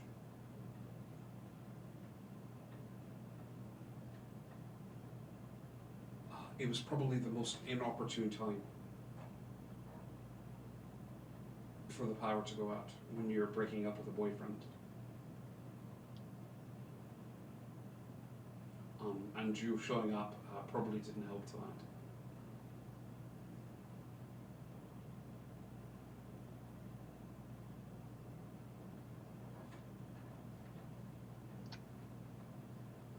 I fight back the fist pump. Yeah. I don't. I don't. I think as you go to move, you hear like a don't. Oh, you broke up. I didn't hear you. Don't do it. Don't. I just wanted to make sure you were okay. I'm The fine. explosion. I'm fine. That's all I needed. And she stops talking with you via message and just walks back over to where you are. And as she does, she looks at your hand as if she wants to grab your hand, but then thinks better of it, and then just sort of like lightly traces a hand along your shoulder. As like, come on, let's go back to the library. After you. She leads you back to the library. The power is out on the island. There's a bit of chaos that seems to pervade all of the conversations that are happening around the area. It's almost akin to the situation that you guys went through not too long ago, when the fake sort of invaders and the fog and things of that sort. However, after a bit of time, you all staying in the same space? Are we splitting up? Are we doing exactly what you shouldn't do in an emergency? Like, let's all split up and look for clues? Like, what are we... Cassie's gonna come out of her room as the first thing because Okay. the power's out and she's by herself in the dark. So she's gonna come join the rest of everybody. Cool. And Turk's gonna glance over at her. Does he notice anything about her? In the dark? Good luck. Not unless you have dark vision. Which he does. Dang it! No. Yeah, in the dim light, you notice that Cass has a surprised look on her face. Oh, man. Surprised to see you. He does pretty much, and just turns back and doesn't say anything. That was way awkward. Okay. Laura. William, you and Laura are walking towards the library. Oh, okay. Sorry. Texas. I thought we were back. You're almost there. Texas, Turk, Cass, Kiara. It gets cold. It gets freakishly cold in this room. I'm not going to make you roll for it. It's whatever you're wearing. It's not enough clothing. As you start to breathe outward, and little, you can see your air frozen on in front of you, coming out like in little puffs. Have we experienced something like this before? Is this like a natural phenomenon that we would have recognized? No. Or is this No. rising the hairs on the back of our neck type Probably thing? rising the hairs in the back of your neck. William, and as you and Larathel make your way to the door, you grab the. Who's going to open the door? William, are you? Oh, I'll open the door for her. Yeah, as you go to open the door, you touch the doorknob and jerk your hand back. As the metal on the doorknob is ice freezing cold. It almost leaves an imprint in your hand because of how cold the metal is on the doorknob. Turk is going to look over at Texas and see if anything strange is going on with her, because the only thing that he can think of right now that would cause such an issue would be something to do with her. Is this like damaging cold? Like this is the kind of cold that could hurt us? Not yet. Or it's just like uncomfortable? Not yet. I look at him like I got no idea. What I'd like to do, I'm gonna cast protection from energy cold. Oh, I only have one of those. It's in your instrument. Yeah, I guess I'll cast that on myself just in case. Okay. But a little bit of the cold air that was biting and it's starting to almost get to the point of from uncomfortable to not good. You cut down on that a little bit. And then what I'm going to do, I'm hoping that this will protect me from it, is reach up and try to turn the handle and open the door. Okay. You walk forward and you are able to, with this spell, open the door a little bit. This room gets very, very cold, gang. Anybody that's staying in the room itself, Kiara, Cass, and Turk, if you guys are staying in, I need Constitution saving throws. As Texas moves forward and puts a hand on the door and opens it into a William and Larathel that look very confused, as the temperature outside is vastly different from the temperature inside of the room. This was Constitution saving throw? Constitution saving throw. It's not going to matter. Okay. I got a 4. Okay. As you... 19 for you, Kiara? 7. Cass and Turk, you take a point of exhaustion. Oh. As the room gets unbearably cold, Texas, you're closer to the door, so you are able to kind of stand there. As it's just the temperature is dropping dramatically. Yeah, Okay, I missed a little bit of that. Okay, so it was just Texas, you. So is it a point of exhaustion or not? okay, so Texas, you do not take a point of exhaustion. You are close to the door, so the temperature is somewhat regulated from where you are. Turk and Kiara, Kiara's fine. Turk and Cass take points of exhaustion. What is everyone doing? All right. I'm urging. Laura and I are in the room. You're now. standing outside the door. Okay, so I'll mage hand open the door. The door's open. Texas opened it. Are you going to head inside? Is there relief coming from outside? So the Nope. cold's going out as opposed to coming in? Or It's is it cold it's still freezing. It seems to be originating from somewhere in the house and pushing past you guys. So William and Laura aren't looking uncomfortable from anything that's happened thus far? No. I'm going to try to move and shepherd people out of this place if I can. Okay. Okay. So Laura and I can sense or feel the cold in there. Right? Okay. I will try to dispel magic at 4th level. Okay. Turk, you take Cass by the hand and move you and Kiara outside of this room, at least towards the door where Texas is, where a bit of the warmth is coming in. You are hoping. Where are you casting this spell, William? Just in a broad. I'm trying to eliminate the effect, the cold effect, not like an object, or I can negate the effect. It says. Okay. The effect of the cold, so I can choose a magical effect within range. Okay, I like this. You give me at 4th level. At 4th level. Okay. You immediately you outstretch your hand forward and start reciting the spell that you know that is able to dispel magic. Casting it at 4th level, you are able to dispense the cold from this room. And for a brief few seconds, it looks as if you've dispensed it, and then a small fog starts to come out up the stairs, which you can now see because the temperature difference is less sudden and abrupt, coming from the bedrooms. In a few moments, this room is going to be as cold as it was before, but from where you are standing by the front door, you see a light fog that rolls up the stairs and begins to move about the space. Coming from the bedrooms? It's coming from the bedrooms. That's what you are able to see. Move, you guys, move. Oh. And just FYI, Wolf had a 10 on his Constitution save.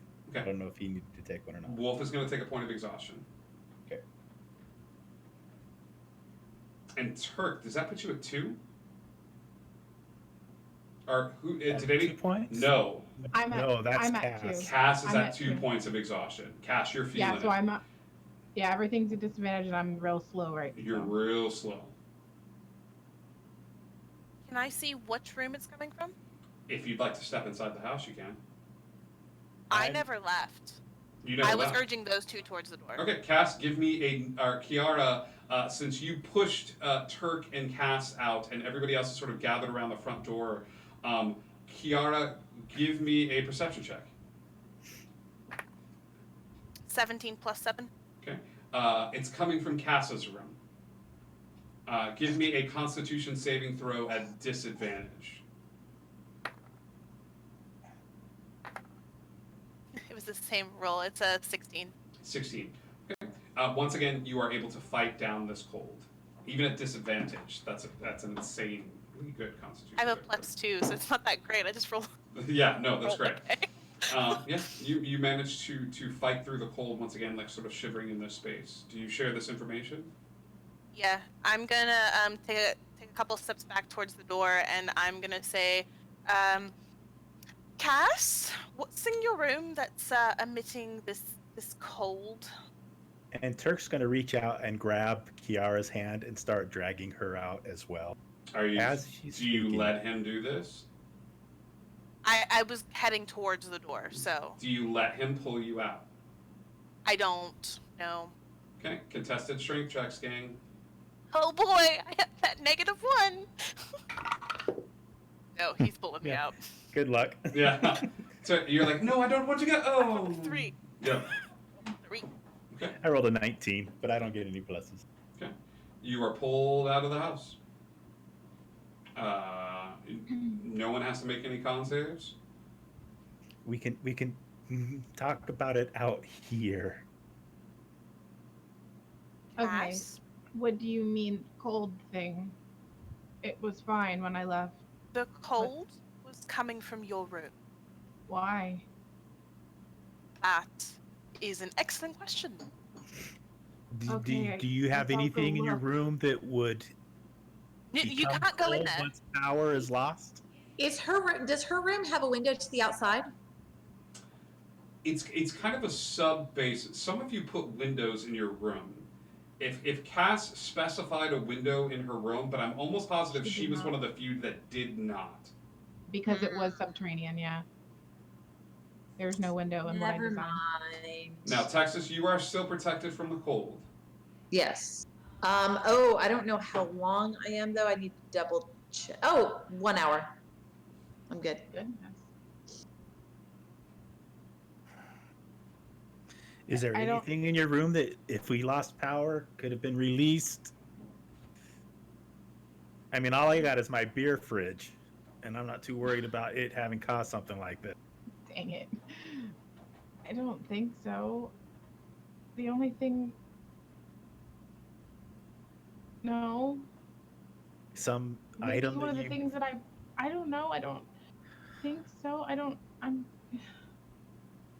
There's a whole bunch of stuff that we've picked up over time and we've never really looked at. And maybe one of them. I don't know. Have What- we what is somebody ascertained else's that room? magic has been affected by this as well? Yeah. Can I We've use lost detect all magic? magic lighting, but we're able to cast spells. How do you know it's coming from my room and not your room? The lighting seems to be affected. You're able to cast spells as normal. Your magical items seem to be operating as Texas was able to cast protection from energy from her magical item. So, from what you can gather, Can I cast detect magic? you certainly can. Okay, I will do that just at first. Okay. Is it a ritual or are you using a spell? Using a spell slot. Okay. What is the range on detect magic? Let's see, 30 feet. Okay. Nope.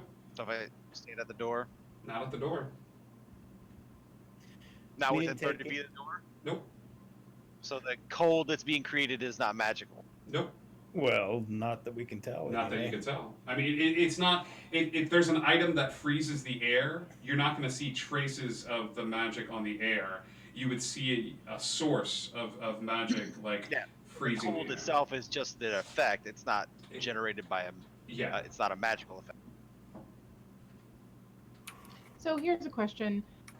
As a spell, Word of Radiance erupts burning, basically, from the wielder, from the caster, and it delivers damage under normal circumstances. In this circumstance, would it, just because it creates heat, would it be some kind of shelter from the cold inside?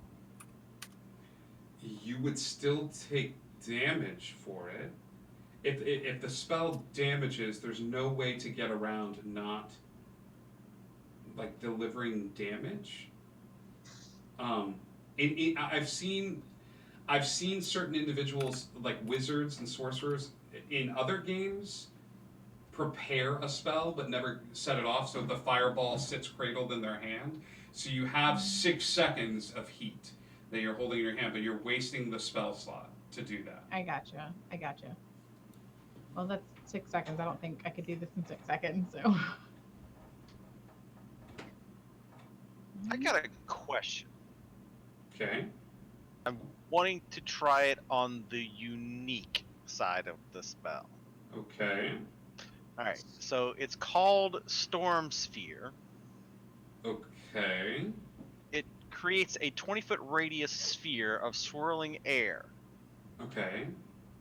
and it springs into existence at a center or point that I choose, and it remains for the spell's duration. Okay. So it can pick up a person and move them.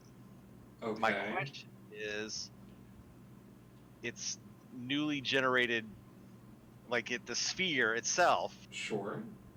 would that generate a protection from the elements? Does Storm Sphere do any sort of damage? It can. Let's see here. Hold on. Yes. Okay. So each creature in the sphere, when it appears, or that ends its turn, must succeed on a strength saving throw or take 2d6 bludgeoning damage. All right. So, hypothetically, they would be protected from the elements, but they would take 2d6 bludgeoning damage. So it depends. Possibly, if they don't make their save. Yeah. Is it half damage with a save, or It just says they must succeed on a strength saving throw, or take 2d6 bludgeoning damage. Doesn't say What that did that thing that I threatened to break last time broke? I thought that was in your bag. Which is in my room. I'm asking, is that something that would protect them from? You the could cold? certainly try. You're pushing the limits of the spell. It is an untested application of it. Right. It is also not within your wheelhouse as an illusion school wizard. Yes. So you don't know. Gotcha. The logic is sound. As long as they are willing to take the 2d6 bludgeoning or try to avoid the 2d6 bludgeoning, they could be protected from the cold. Okay, so It's not 2d6 per round, is it? yes, on a Okay. save. Yeah. So my question is this: what if we buff somebody? I'm asking the group now. I'm gonna tell them, listen, the sphere might work and be able to move you to the point you need to be at. However, there is damage involved. So if you were to buff yourself for strength saving throws or saving throws, you might be able to avoid the damage. How can it move us there? I can move it 60 feet. Yeah, no, we can move up to 150 feet. I think is what it says. Oh, wait, hold on. Would this cold be considered Arctic cold? You imagine so. I mean, if you could transform into an animal that could survive frigid A temperatures, killer whale? Swimming. As fond as I am of seafaring creatures, no. All right, so that's my option. I still don't understand. You can actually move this sphere after casting. Yes. I'm actually reading the spell. I'm not seeing where you have that control. Concentration for the spell lasts centered on a point you choose within range. The sphere remains for the spell's duration.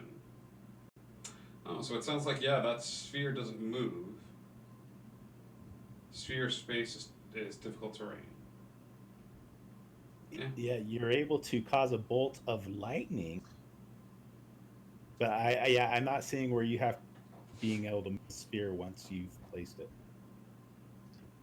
I'm Okay. sorry, I'm not trying to rain on the parade or thing. All right, so how about this?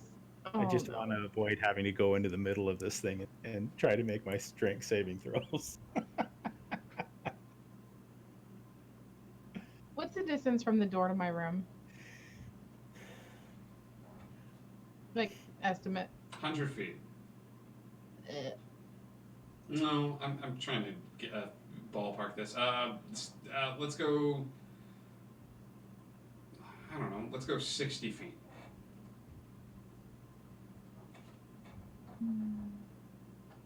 As everyone looks over their spells.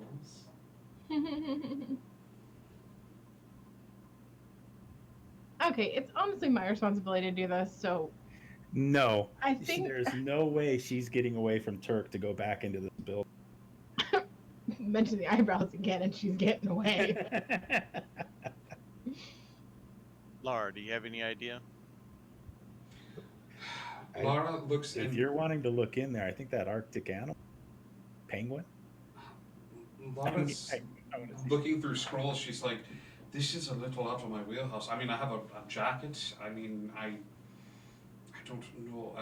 Figuring out the source of whatever's in there. I mean, another part of me is like, go get help. You know, we could go talk to Mordru, or we could go talk to Sai, or if we want to figure this out now, I don't know how big of a time constraint this is. I'm worried about the books more than anything. Although a lot of the creatures in there can defend themselves against anything that would dare try to attack them. But I don't have anything within my. I was just checking to see. This is your place, as well as ours. She looks and she's like kind of looking through her bag, and she looks at the house and she goes, well, the house responds to us and to our needs, so if anyone wants to try to ask her.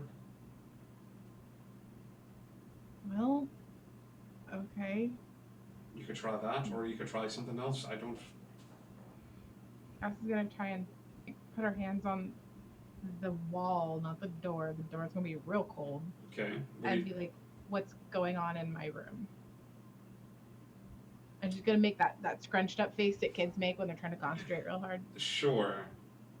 I want to know what it does to her eyebrow. Yeah. I'm gonna end this call.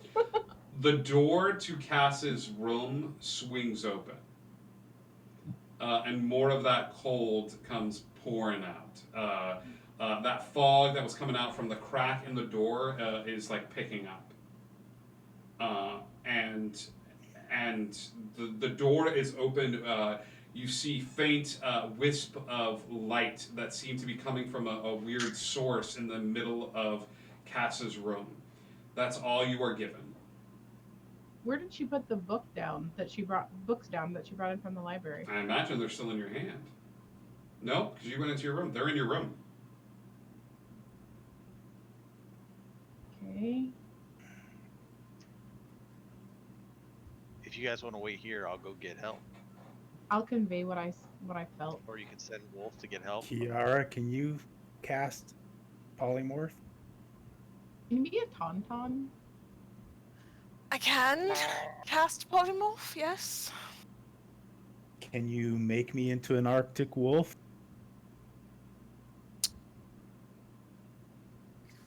I could do that. I mean, I don't know how much you would retain your own sense of self. Well, wolves themselves are fairly smart. Are they? They are. What's the intelligence for an Arctic wolf, pal? I think it's like 2. Mm-hmm. Cool. I'm looking it up. He's pretty smart. 2 out of 20. Hey, this is Turk we're dealing with here, guy. Well, I know he's only a 4, but Oh, okay. I'm gonna go get help. He needs it at this point. I'm gonna head to the council. Look We for are Sai. now the bus. I'm gonna look. The That's int, what I'm doing. The int is a 7, so it's only a -2 intelligence for an Arctic wolf. Winter wolf, intelligence of 7. Okay. Wisdom of 12. William, you go heading off towards the council chambers. Yep. Okay. What are the rest of you doing? We're just staying still. But this is a large monstrosity. Polymorph, if you could do that, or if it has to be a beast. I'm trying to see. I think it's just beast for polymorph. I'm double I checking think so now. too. So while Turk is otherwise occupied, is there a beeline that Cass could make to the door and sneak in? Yeah, right. Okay. I need you. Beast. Beast.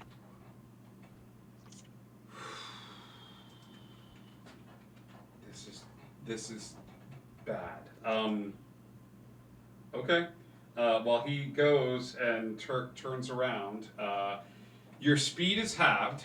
You're at disadvantage on ability checks. Yeah, there's a beeline that you can make as you start taking off at a sprint, And moving my slow. perception isn't going to catch this.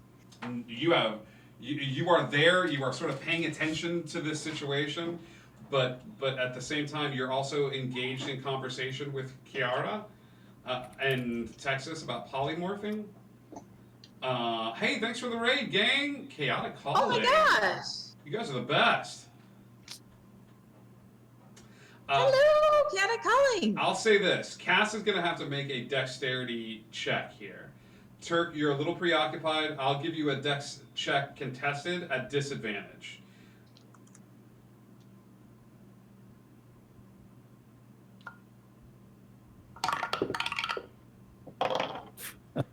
Geez, those 2 wonderful rolls, a 5 and a... Is that a 21. 7 or a 21. 1? I rolled a 1 and a 5. Yeah, Cass takes off. You got Texas, you're there. Kiara, you're there. William is making his way towards the council chambers, and Cass just runs into the room, heading towards her door. You guys all watch it. The door is open at this point. I know that you guys have been gathered around it, but you guys watch as Cass goes into the room. So Cass, you're going to make your first con save. Alright. Turk's not even going to think. He's running in after her can. Okay. Alright, so Thank you. I have All of you.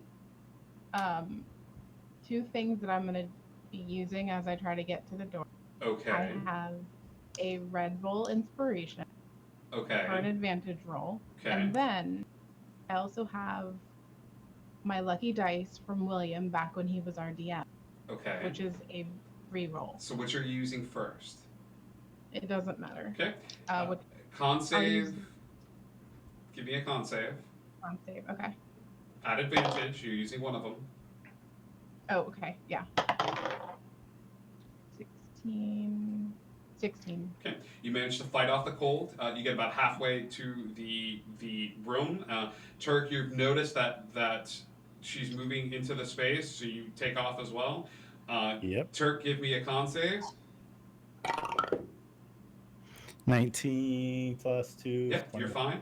Cass, as you make your way to the door, because you're moving at half speed, Turk, I'll say you're able to catch up to her as she makes her way to the door of her room. Cass, give me a con save at disadvantage. If you want to use one of your advantages, it'll be a straight roll. Okay. I'll roll an disadvantage. 13. This was a con save. Con save. Yeah, 14. 14. 14's not going to do it. You take another point of exhaustion. So Oh my gosh. you are at 3 points of exhaustion. So you have a disadvantage on attack rolls and saving throws. As you manage to get to the front door of your room. You manage to peek in as Turk. You grab both of Cass's shoulders and begin to try to pull her out of it. Cass, give me a perception check at disadvantage as you kind of like sneak your head in and are trying to see what is there. That's a nat 1 plus 4. Okay. Oh no, you can nat 1. Hang on. Wait. is it Technically, just I for- haven't used my Yeah, reroll. but I ability check. Bountiful luck. Rolls a nat 1 for an ability check. You can use your reaction to let the ally re-roll the dice. Reroll the How dice. close do you have to be to the ally? Can you use a 30 feet? reroll on a disadvantage roll? So Unless you came inside with us, you're nowhere near. if you I'm not- use the reroll, yes, you would roll. Take your lowest roll and re-roll that die. And then at that point, take And the lowest so of the new set? So here's what happens. If you roll 2 Okay. dice, you take the lowest of those, then you're able to Right. re-roll it. Okay? Right. So if you wanted to use that, you can for that perception check. Okay, I would like to use that. Do that then. So, no. Okay. Well, it doesn't matter because it's still low. A 14 again. 14. You turn and look inside the room just as Turk grabs both of your shoulders, and you are so weak at this point that the roll is going to it's going to be tough as he takes you and just sort of yanks you back from the room. As you stick your head around the corner, you see a portal that has appeared in your room.